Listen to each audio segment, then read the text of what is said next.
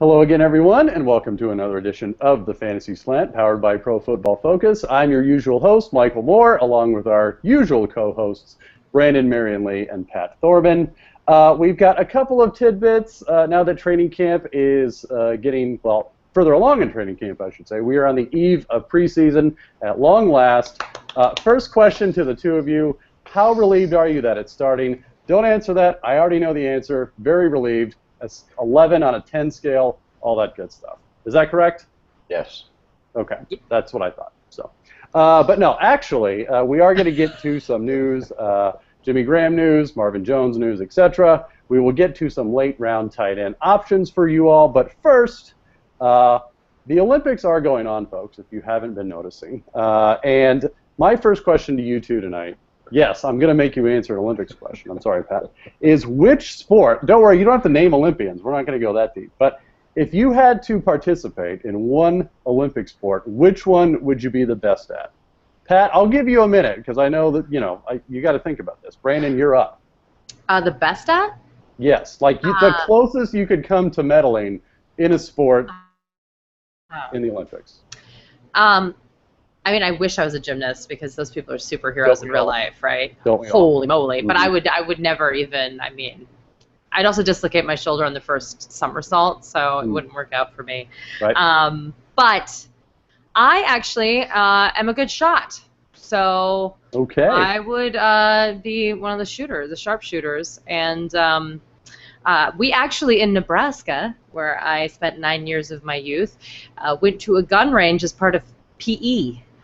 And I was terrible at all sports. I didn't have good vision, but for whatever reason, because of that mic, like the little I don't even know. See, this is you know what I'm saying? Yeah. I could see.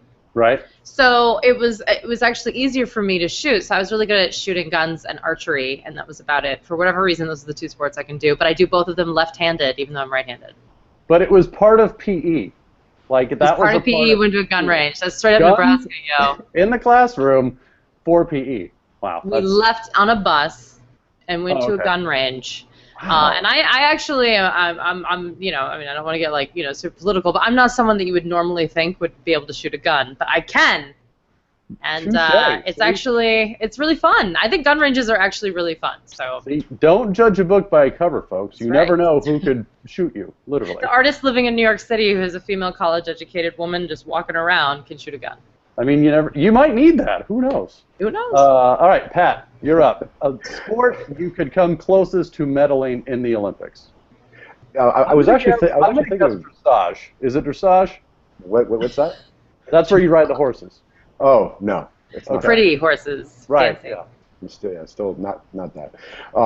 Yeah, I was actually thinking of shooting because I did used to shoot, you know, back in high school, and my dad has a bunch of guns up in New Hampshire that we still go to the range sometimes, and that's definitely a fun time.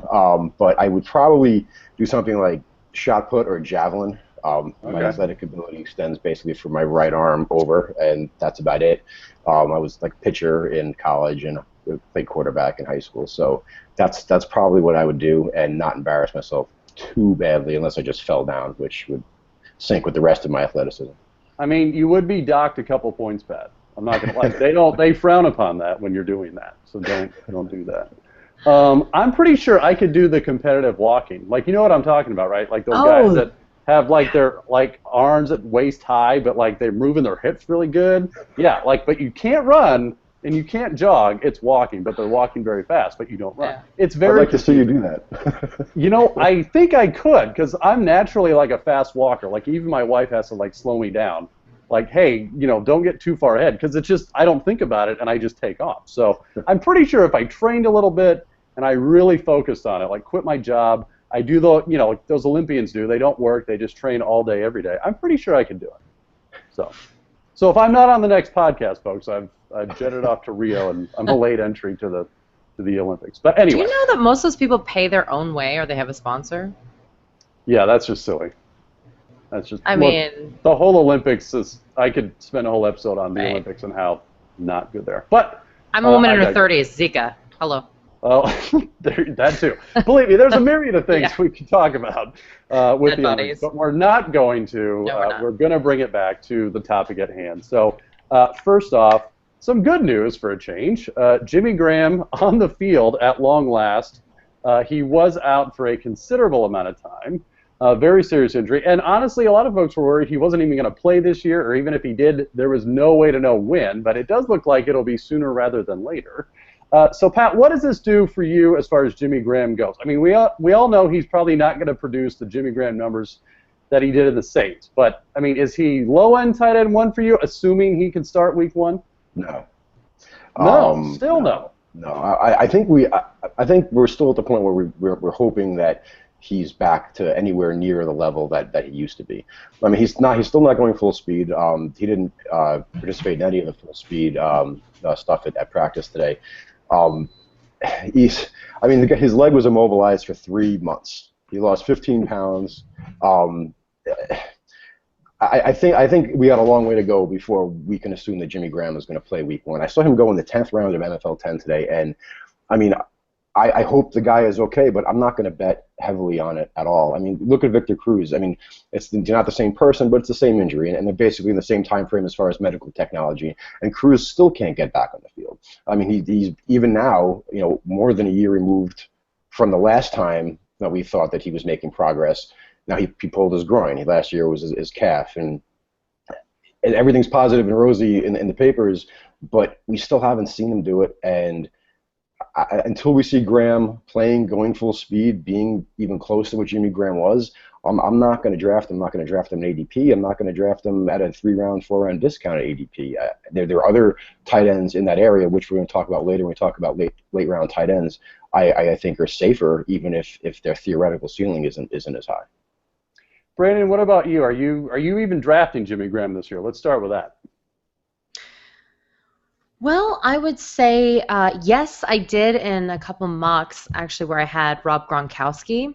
I figured, in what land do I have Rob Gronkowski and Jimmy Graham on the same team? Like but it's true. Like the 2011 version of you would have passed out at that. Yeah, I'd be like, am I starting 8 flexes? What's going on? No, so yeah, I have when I've really, really waited late to get a second tight end. I have not drafted him as a tight end 1, obviously, but even like a tight end 2 when I have kind of a questionable tight end 1, like an Antonio Gates, who I think is going to be great, but but let's say has a large chance of getting injured at his age.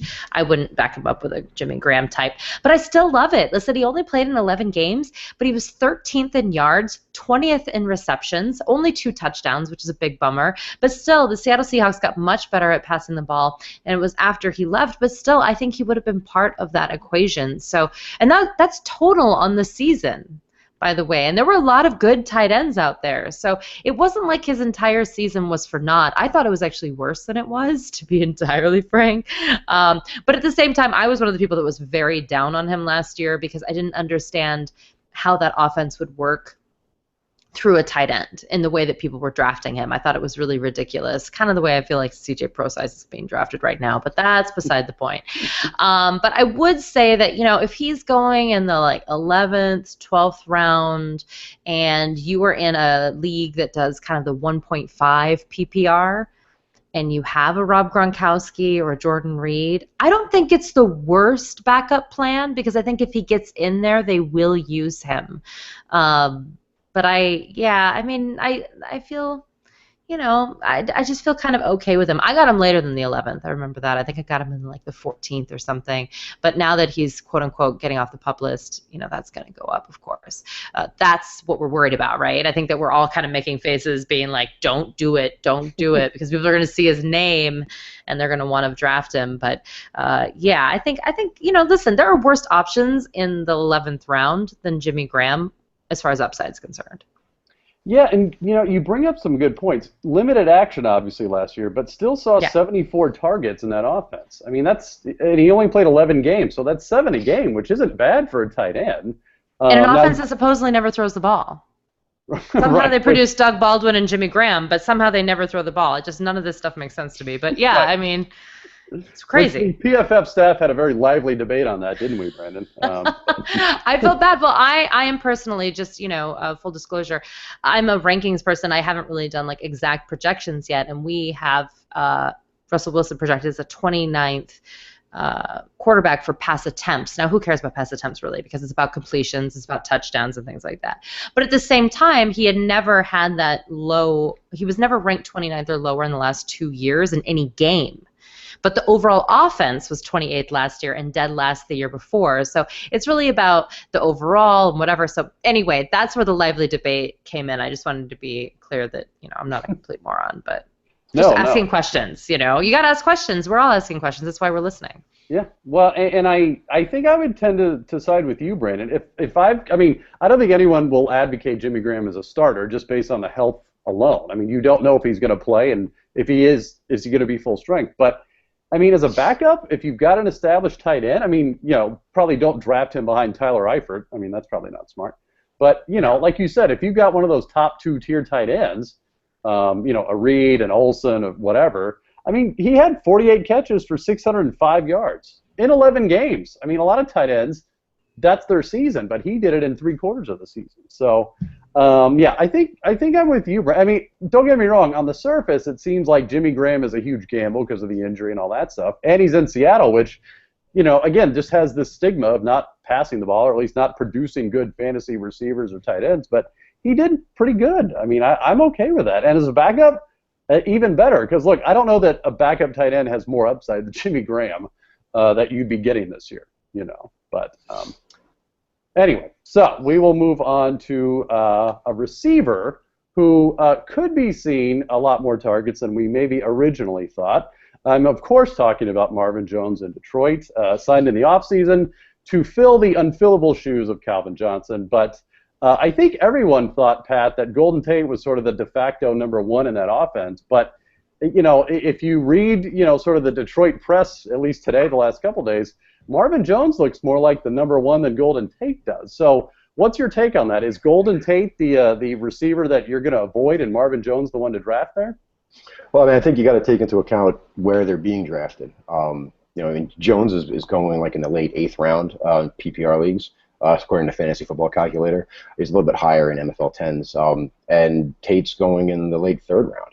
So that's a pretty big gap. And I would imagine that by the end of the year, they could be looked at as more of like a 1 and 1A. So if that's the situation, you want the cheaper guy.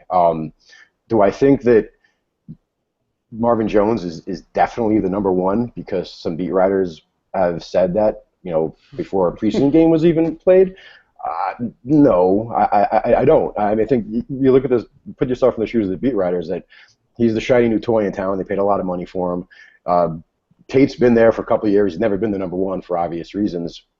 And so it's like, I don't know. I just think that they kind of have maybe shiny new toy syndrome to call him the number one before we even played a game. I think he's a great receiver. He's got a knack for scoring touchdowns. He's scored like 42% of his red zone looks, over the last few years. There's over 200 targets available from last year. I like Marin Jones. I certainly like where he's going now. But I think maybe the best thing that comes out of this whole entire hubbub or buzz out of camp is Golden Tate's ADP falls a little bit. Get out of the 3rd round in PPR drafts where he's a little more palatable to take. Brandon, you're cheering. Tell us why you're cheering. Yeah, so in 2014, Golden Tate had 99 catches. In 2015, he had 90 catches, and that's with Calvin Johnson on the field. Technically, Calvin Johnson played in all 16 games last year. So in a PPR league, Golden Tate is gold right now. I don't understand why that would change in such a drastic manner. Again, it's really important to look at facts and opinions. And at this time of year, you have to really differentiate what that is. And by the way, I watched the video of the beat writer, and I just lost his name on this. I feel terrible. But he did actually a really great job of kind of talking about exactly what he really liked about Marin Jones. And I don't not believe him, right? It's not like that. It's just that this is this guy's opinion based off of, drills, and very few of those drills actually wearing pads and going against defenders that actually want to take their head off. So I think the difference there is pretty palpable. And to be fair to Marin Jones, he was behind A.J. Green in Cincinnati, right? But he only got 65 catches. Okay, 65 catches out of his 93 targets with A.J. Green on the field. Whereas, again, we're in the 90s 2 years in a row with Golden Tate with Calvin Johnson on the field. Now, Golden Tate's a shorter range guy, so he's doing the shorter yardage and the intermediate yardage, but he's amazing at yards after catch. Amazing, and top 5 in the league. So, I think we're talking about two totally different guys. Marvin Jones is totally, the long ball kind of guy. And again, we're talking about Stafford. And you have to think about how much you believe in Stafford and what you think he's going to do. So I think he's going to do the more intermediate and short stuff, but, because that's also where Calvin Johnson was, frankly, as far as where he played the game. So I think, again, just opinion versus fact, and opinions are fine, and I have opinions too. Like, everyone should have opinions right now because nothing's happening. But tomorrow things happen, so we'll have to make, do with facts after that. So. All right, so I'll put you both on the spot. Where are you taking? Well, okay, on your roster, where would you be comfortable with Marvin Jones? Wide receiver 4, 3, 2? Certainly wide receiver 4. Okay. I guess depending on my roster construction, wide receiver 3. I have been going wide receiver heavy earlier, so I haven't been taking him all that often. I have some of him, but I can be comfortable with him as a wide receiver 3 if I'm have 3 really good running backs, one a good tight end. Say if I got Jordan Reed in the 4th round, and say Russell Wilson fell to the 7th, and I got Jones in the 8th as a wide receiver 3. I could be comfortable with that, but I would prefer him as a wide receiver 4. Okay, Brandon. I mean, pretty much just ditto what Pat said, and then lower. I mean, I wouldn't go any higher than 4 for me. I wouldn't want him to be my starter unless the rest of my team was balling. Okay. All right. So Yeah. But a great bye week fill-in. Like, I would love to have him on my bench. Like, he'd be someone, or as a flex play. But as a starter, I don't know. I must be alone in this. I must be a Marvin Jones truther or something, because I think he's got potential to top out as low-end wide receiver too, which sounds crazy, I know, but that's why we're here. We're here for the hot takes after all. So, and it's mainly. I mean, look at all the targets that are on the table there in Detroit. You have Calvin Johnson's 149. You've got Lance Moore, the now retired Lance Moore's 43, so that's 200 right there. I mean, Golden Tate had 128 last year, which I don't know that that's going to go up that much more. Eric Ebron had 70 himself. Again, and I know, Pat, you're an Eric Ebron truther, but I don't know how much more. I am too. Well, okay. You both. That might be why we're kind of and Marvin Jones. I think we think some of those are going to go to Ebron. Right, because I don't know how many more are going to go to Ebron. That's my sort of thinking on that. I mean, 70 is already a decent number. I mean, okay, if it goes to 80 or 90, you still have a ton of targets left over. And again, everyone else is back. I mean, Theo Riddick had 99. Is he really going to get 99 targets next year? No, I don't think so. That's the thing. If there are 210 up for grabs, say you give Jones 110, 120, right, you're still looking at a bunch of targets that get sprinkled around. You throw Anquan Bolden in, which is going to be an interesting case. I mean, that's something I want to see in the preseason before we make any definitive calls on this, because he's supposedly the automatic third receiver in the slot, so that just pushes Tate out to the perimeter a little bit. Is he going to run some deeper routes? There's still a lot of questions here, and I just take the Marvin Jones as the automatic number 1 with a grain of salt until we see some actual games. I could see them share it more. I mean, I guess I feel like maybe we have a different perception on the ceilings, because I feel like Golden Tate's ceiling is higher based off of what he does after the catch. But I can see them be more even as far as targets are concerned. So I can see what you're saying, absolutely. I again, maybe he would end up being my starter. I don't know if I'd draft him that way. Sure. He got 93 targets last year and he caught 65 of them. Yeah. So if he gets 20 more targets or 30 more targets, he'll probably only catch 15 of them, and that's 70-some catches. Right. Yeah, and that's fair. That's why they play the games, folks. That's why they play the games. So, all right. So last bit of news. Well, not really news, but something to watch. Ezekiel Elliott not playing in the first preseason game tomorrow.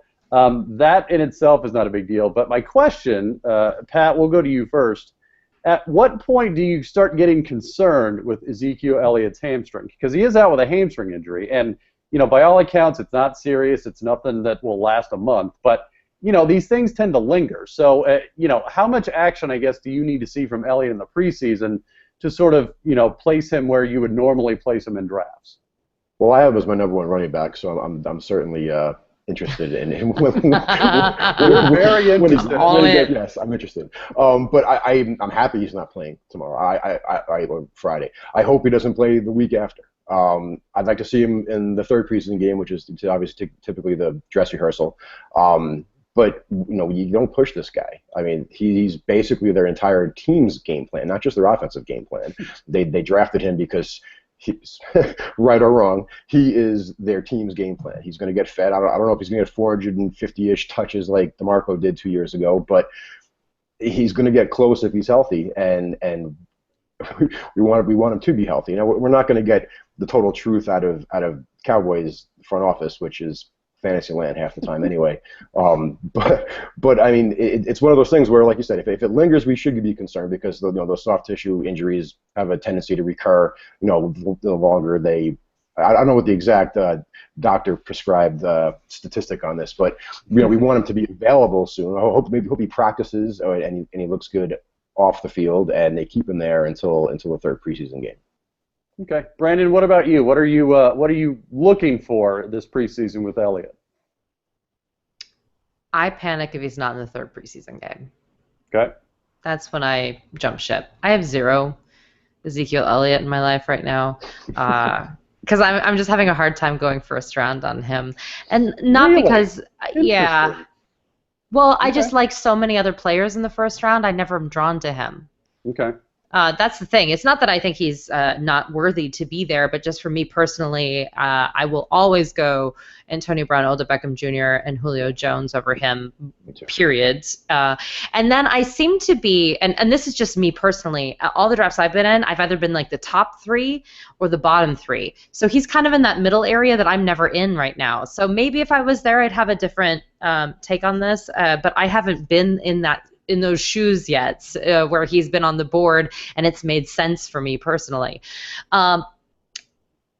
I'm a little worried about it lingering into the season if he is not in the third preseason game. And I personally would have to drop him in my rankings based on that. If it's not because of his talent, it's not because of his measurables, and certainly his pass blocking, everything. He has everything that we need. We love him.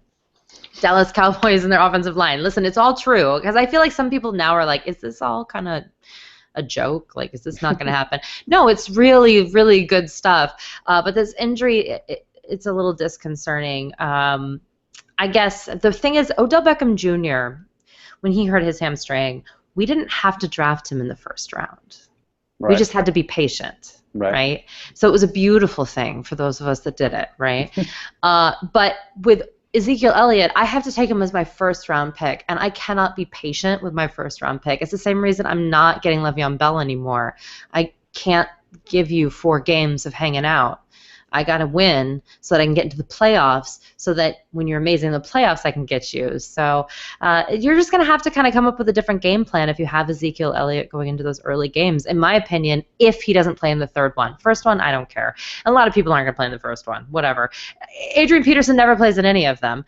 So it just is what it is. But when it comes to a rookie, though, I would like him to get some reps. That doesn't make me comfortable. So the third one, though, that's Mayday. That's the one to watch. You heard it here first. So. The dress rehearsal, like Pat said. Yes. The good news is we get to play Darius Jackson in our preseason DFS lineups, and that is going to be pretty epic. So, yeah, you did hear that here first. Darius Jackson and all of your DraftKings preseason NFL lineups. Absolutely. So. Here's my problem, though. I did want to say this one thing. They gave Darren McFadden, Mr. Glass, 20 or more touches in over half his games. Mm-hmm. So they don't care. And he survived, but they don't care. So they'll do this even if he's hurt. So I don't know if that's good or bad, by the way. I haven't wrapped my head around it yet. So once I see him in the third preseason game, because as far as I'm concerned it's happening, I can make an assessment. But like, certainly don't be worried. Even if he's kind of like half okay, they will run him like crazy. Because they did that to McFadden, and I never thought that would happen. They did it to DeMarco with his 392 carries the year before. So, look, if he's healthy, 300 carries is like a slam dunk. And honestly, I think he's knocking on 350 because, I mean, look, what Jerry wants, Jerry gets, okay? And they're going to run him into the ground. Now, Dynasty, it may be a little dicey because I'm with you, Brandon. Who knows how long this is going to last? But for the first year or two, I think it's going to be good times. He's going to see the ball 600 times between the two seasons. So. And they're staking their reputations on, or their football acumen reputation on it, because I mean this is like I said before. This is Jerry Jones's football act. Come on, as shaky as it may be, it's on it, and he's not a guy who tends to admit when he's wrong. So yeah, he's just going to keep pounding the ball, and hopefully the plan works somehow. Well, we're going to find out, believe me, and plenty of us are going to draft him and live or die by that decision. So get the Alfred Morris handcuff. There you go. All right. Well, let's take a quick break, and then when we come back, we will get into some late round tight end options. All right, and we're back, and we are going to cover those sort of backup tight ends that maybe have some upside. Maybe they supplant your starter down the road. Definitely not the Rob Gronkowski's, Jordan Reed, Greg Olsons of the world, but more the maybe Zach Ertz, Ladarius Green, Gary Barnidge, depending on how high you have him ranked, Brandon. So, Pat, why don't you lead us off? I know you done extensive research on Eric Ebron, who we mentioned before. Is he one of the guys you're targeting late round, or are there some other candidates for you? Oh, absolutely. I'm in a way the hearty scare we had on Saturday with his potential Achilles injury is kind of going to be a blessing for his ADP, which was creeping up into the single digits. Is it weird, Pat, that I thought of you when that happened? I totally thought, like, oh, crap, Pat is like... It's a little selfish that I thought of me when that happened. I mean, the guys would be writhing in pain and getting carted off, and I'm thinking of all my Ebron shares, which is not cool. But yeah, absolutely. I hope he keeps going. He's been falling back in double digit rounds at MFL 10s. He was available in the 11th. But yeah, I'm certainly all aboard that train. I still have him as my tight end 7. I was ready to move him down, or take him out. But yeah, I'm still aboard the Ebron train. Like we mentioned before, I want to see what goes on with Bolden, how he's integrated to that offense. If he's really going to take as big a chunk out of Ebron's red zone targets as some people have estimated. But yeah, I'm still all aboard him. Yeah, I think he's going in the 13th round of Fantasy Football Calculator, which is a little more of the typical drafters. So I think that's a great price. All right, Brandon. Ebron, 13th round, too high or too low for you? Just right. I totally agree with everything that Pat said. I've been thinking about Ebron since last season when he was having a couple good games there, and then he got hurt and things kind of went downhill. So I completely support what he's saying, and I wrote an article about breakout tight ends, and of course he was one of them because I can read. So I'm with you. I mean, look at the stat sheet. Look at what happens. They have this huge void to fill with Calvin Johnson. Yeah. I just feel like they really invested in him in the draft too. This is not some guy that they just kind of landed with by accident. They really want him to be successful. So I think that's the possibility.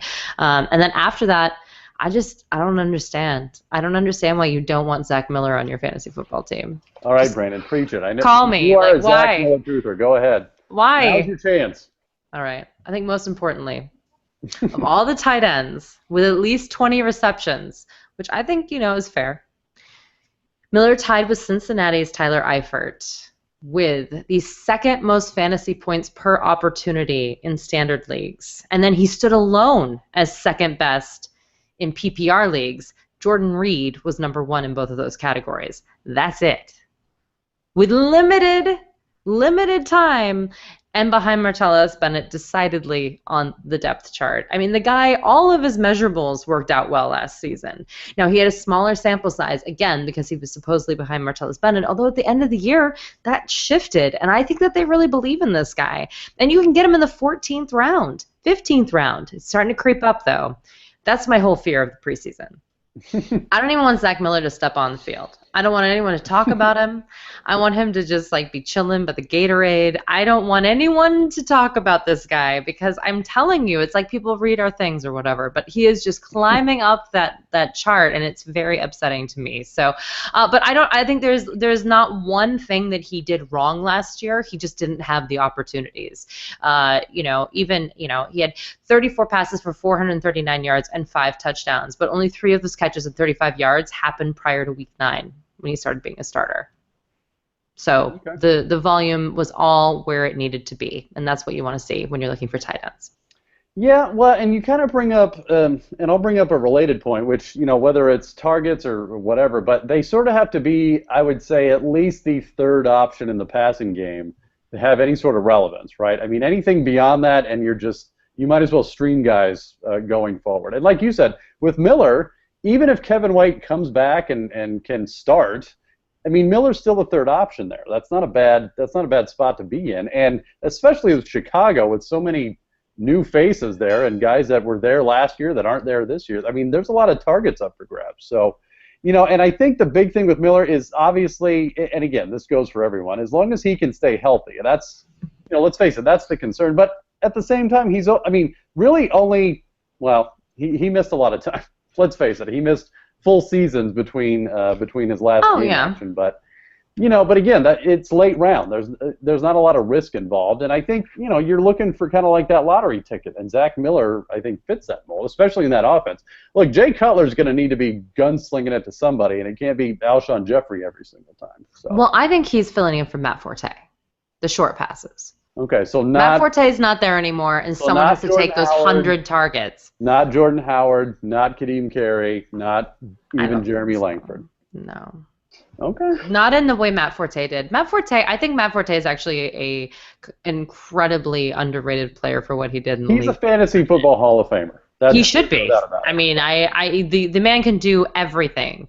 I actually went on the fantasy footballers, and I said that I don't know if I said that loud, but I was like, maybe Devontae Freeman is the next Matt Forte who can do everything. Ooh. But he even was good at pass blocking. I mean, the guy can do everything. Mm-hmm. And so they're going to really miss him, and I think that Zach Miller is going to fill in for a lot of that short yardage. And Martellus Bennett had a ton of targets. Yeah. He wasn't a big touchdown machine, but he had a ton of targets. So if Zach Miller can be in the end zone, which is what he did for Jay Cutler, remember? Everyone was like, Zach Miller, this isn't for real. Those touchdowns, we can't predict touchdowns. Well, you kind of can when they're like the prime target in the red zone. Yeah. So I don't know. Well, and another thing to keep in mind, they re-signed him in the offseason despite, the injury risk and all that stuff. And look, let's face it, I'll give either of you $1 if you can name me the tight ends behind Zach Miller in Chicago. Ben Broniker, isn't he? He's the rookie from Damn it, Pat. Harvard. Seriously? I think. Come on. Preseason DFS, baby. I think he's playing this week because I think Zach Miller's hurt. Okay, fine. So that's $1. I owe you $1. But nonetheless, the point stands. There's not a whole lot of depth behind him. So I think he's in their plan. I think he's a big part of their offense, at least for this year. I think I'm with you, Brent. I think that, again, you're looking for upside, and there's a lot of upside there. So, all right. So I'm going to get into the fray now. Well, first of all, okay, I need your guys' opinion. Is Zach Ertz a late round flyer, or is he like he's too good to be qualified? No, he's like top 10. Well, so is Eric Ebron. So is Jimmy Graham. No, they're not. No one ranks them in the top 10. Well, okay. Fine. I mean, maybe I'm wrong, but I haven't. Zach Ertz doesn't count. No. Fine. Okay. Well, because there's a lot of guys like right on the fringe there. Oh, okay. I know who I'm going to talk about. Go deep. Come on. Okay. All right. Get some guts. Give me some Lance Kendricks action. I'm probably. Is Dwayne Allen too far down the list, or is he too high on the list? He's right on that cusp because I had him because I was going to say that I prefer the mid-range tight end strategy this year, and I had a list of the guys and their ADPs, and then I had a list of the later guys, and Allen was on the end of one and the beginning of the other. So he's pretty much on that cusp. And with the 13th round ADP for fantasy football calculator, I guess you consider that late round, that second half of the draft. Yeah, we'll give it to you. We're nice. Thank you. But yeah, I mean, and look, he hasn't done a lot of catching in Indianapolis up to this point, but really he wasn't asked to. That wasn't his role there, but it is now. I mean, Colby Fleener's in New Orleans. they're truly going with a one tight end formation and getting a lot more three wide receiver sets going. So it's pretty much Dwayne Allen, and that's it there as far as tight ends go. And I think Andrew Luck rebounds, maybe not quite to the heights that he had in 2014, but he's definitely going to be better than last year. And I think the offense is going to be better in general last year. And I think Dwayne Allen's going to benefit. I mean, he had 29 targets last year, certainly not good, but Kobe Fleener had 84, and I don't know that all 84 are going to be redistributed to the receivers there. There's going to be a lot that are sort of, directed towards Dwayne Allen there. So, I think, and I'm not going to say I would roll with him as my starter, like a low-end tight end one, but again, it goes back to how your team's constructed, and if you're truly got studs at every other position and you just waited this long for a tight end, I think I'm okay with that. He's the starting tight end for the Colts, one of the most pass-happy teams in the NFL, so. I don't know, Pat. So you said on the cusp. Brandon, what about you? Is that about right? On the cusp? Yeah. Okay. I feel like he's one of those guys that'll, get 3 catches for 45 yards a lot. Okay. But at some points, and if it's full point PPR, it's almost 10. I feel like he's fine. I'm not super excited about him, but I'm not against him. Whereas, someone like Gary Barnidge, for instance, could either have another great breakout year because they need him, they need someone to catch the ball, or he's going to go back into oblivion and we just won't know. So to me, the floor is lower. He wants that. I love Gary Barnidge. No, I actually met him. I really like him. He's a great person. But the Cleveland Browns are a very volatile organization. I think that's a nice way to put it. And so we don't know. So for me, I would probably pair those two. Right. Right. I'd say, well, that's okay. There are a lot of question marks. Last year was a big year for tight ends. That's not normal. It's normally the 3 catches for 45 yards. You're happy. The Jordan Cameron years, remember we had to deal with zeroing out half the time? Oh, Jordan Cameron. Yeah. Definitely not one of my super sleepers. So, all right. So, one thing, to be clear, when I said he was on the cusp, I was referring to whether he's a mid-round tight end or a late-round tight end. As far as his ADP in the 13th round, I think that's excellent. I think that he's got it. I mean, when you get to those guys, those tight ends after, say, the top, 5 or 6, you're basically hunting for touchdowns. And I think that whether it's him or Gates, you're kind of those are the prime touchdown guys. I mean, that's a pretty shallow rotation that they have in Indianapolis. I mean, they have it's going to be, like you said, it's going to be a 3 wide receiver, 1 tight end formation, and they don't have anything behind any of those guys, which is one of the reasons Philip Dorsett's so attractive. But yeah, I think that with all the balls that are going to be in the air, that defense is still going to stink. The running game is still suspect. Praise to Frank Gore and all that. But no, I think he's might be their best red zone option. I know Dante Moncrief had some targets. When Luck was in there last year, he led in red zone targets. But no, I think Allen can score 10 touchdowns, and I think at that part of the draft, you're looking for that. And yeah, at the 13th round ADP, I'm more than okay with. Okay. Yeah, and I love Antonio Gates this year. I mean, if we're talking about those guys, the middling guys, Philip Rivers says he wants to get him that record. I'm all in, and I'm going to repeat that on this show until he gets that record. 8 touchdowns, baby, it's going to happen. But it's going to happen in the first 8 weeks because that's all Philip Rivers can do. I was going to say, yeah, you might as well jump ship after that record because I'm pretty sure they're just going to take Antonio Gates out to pasture and be done with it. So I think he's going to take himself out. He's like, I'm done. Bye. That's true. Yeah. Here's my vacation. I'm in Hawaii, not for the Pro Bowl, and I don't care. I mean, yeah, but I love him too. But you're right. As standard scoring, I think Dwayne Allen's really interesting. Yeah. Are we going to go deep? I was going to say, so let's... These are guys people are drafting, right? Right. So let's now go, and Brandon, you can go first because you're the most giddy about this. Go super deep on tight ends, guys that might not even be drafted, but will definitely end up on waiver wires and definitely be picked up throughout the season. Well, another late season guy from 2015, Clive Walford from the Oakland Raiders, has the potential to really break out this year. I know that, Michael Crabtree was a big deal last year. In fact, he was actually more efficient than Amari Cooper by quite a bit. But, rookie tight ends never do anything. We just have to accept that and move on with our lives. Unless you're John Carlson from the Seattle Seahawks, it didn't work out for you. Or if you're Rob Gronkowski, who just scored touchdowns, but actually, like with yardage, was still under 500 yards in his rookie season. By the way, I was going to say, care to guess the last rookie tight end who topped 500 receiving yards? It was John Carlson.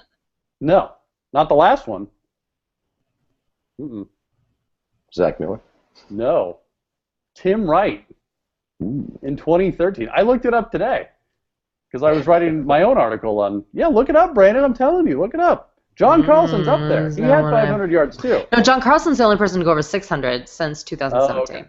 That may be it. Okay, 600 was the line. But either way, yeah, the bottom line is that just shows you how rare it is for a rookie tight end to produce early on. So anyway, continue. Yeah, no, we're all in. But so this guy only had 28 catches for 329 yards and 3 touchdowns. But 235 of those yards and 2 of the 3 touchdowns all came in his last 8 games. So again, it was like the first 8 games, throw it away. It didn't happen. The last 8 games, he all of a sudden became part of the offense. And that was kind of when the whole offense kind of went off the rails, remember? They all started off strong. You know, Derek Carr was in the top 5 like 4 weeks in a row. He was just bananas. And then just things went crazy. And still, that's when Clive Walford actually came in and was a little bit more of like a buoy. He was staying upright. So I think that's actually a really good sign for him. They really want him to progress. They want him to be involved with the game plan. So no one's paying attention to him at all. And if you're in one of those like crazy deep, we're all in them, that are like 25, 30 picks, and you're like, geez, I don't even care about any of these players anymore. I feel like Clive Walford is kind of one of those, you know, dart throws that I'm willing to take. I think Oakland's offense got a little overhyped, and then it went back down. And now I want it to go back up a little bit for me personally, not for other people, but just for the people listening to the show. The special people. The special people, it can go back up. But I like that it went back down. Because remember, like in right after the draft, everyone's like, Oakland Raiders are going to win the Super Bowl. Legit. Oh, yeah. Yeah, that was crazy. Tap the brake, people. Okay, Pat, go deep. What do you got? Well, I mean, there was one guy that was actually in free fall until the last couple of days. And I think he was the same draft class as Eric Ebron, and that was Austin Seferian-Jenkins. But he's still kind of in that like 14th, 15th round range. So if that's not deep enough for you, you go with another guy from that draft class who's been completely forgotten about, and that's Jason Morrow. Wow, that is deep, Pat. People absolutely have not forgotten about, but they just completely disregarded the guy. He had, for a rookie tight end, had a pretty decent rookie year. I don't have it in front of me, but I wrote an article early in the offseason about how many tight ends had similar rookie years, and there was not that many, and the ones that did were all pretty strong tight ends. They don't have a locked-in third receiver at this point, whether it's Quincy Numora, I pronounced that wrong, or Devin Smith is going to start on PUP most likely. There's a spot for him there, and he's apparently had a better than last year training camp, put it that way. And I think there is a little more hope there, and he is free. So don't completely give up on Amaro yet. We know that tight ends take long to develop. You know, that's a cliche that everybody knows, but no one seems to keep it in mind when, you know, they're calling Eric Ebron a bust after 2 years, or forgetting about, you know, Amaro, who missed an entire year and was highly drafted and highly thought of not too long ago. Brandon, is that about right? Are you going to draft Jason Morrow at some point? I'm in so many wacky leagues, probably. I mean, unfortunately. Depending on the just to let you know, the rookie season, it was 38 catches, 345 yards, and 2 touchdowns. That's almost exactly Clive Owen's rookie season as well. So I think we're both on the same wavelength. Clive Owen, attractive actor, I grant you. I'm going to draft Clive Owen just for fun. Ooh, you should. That'd be fun. Is it attractive?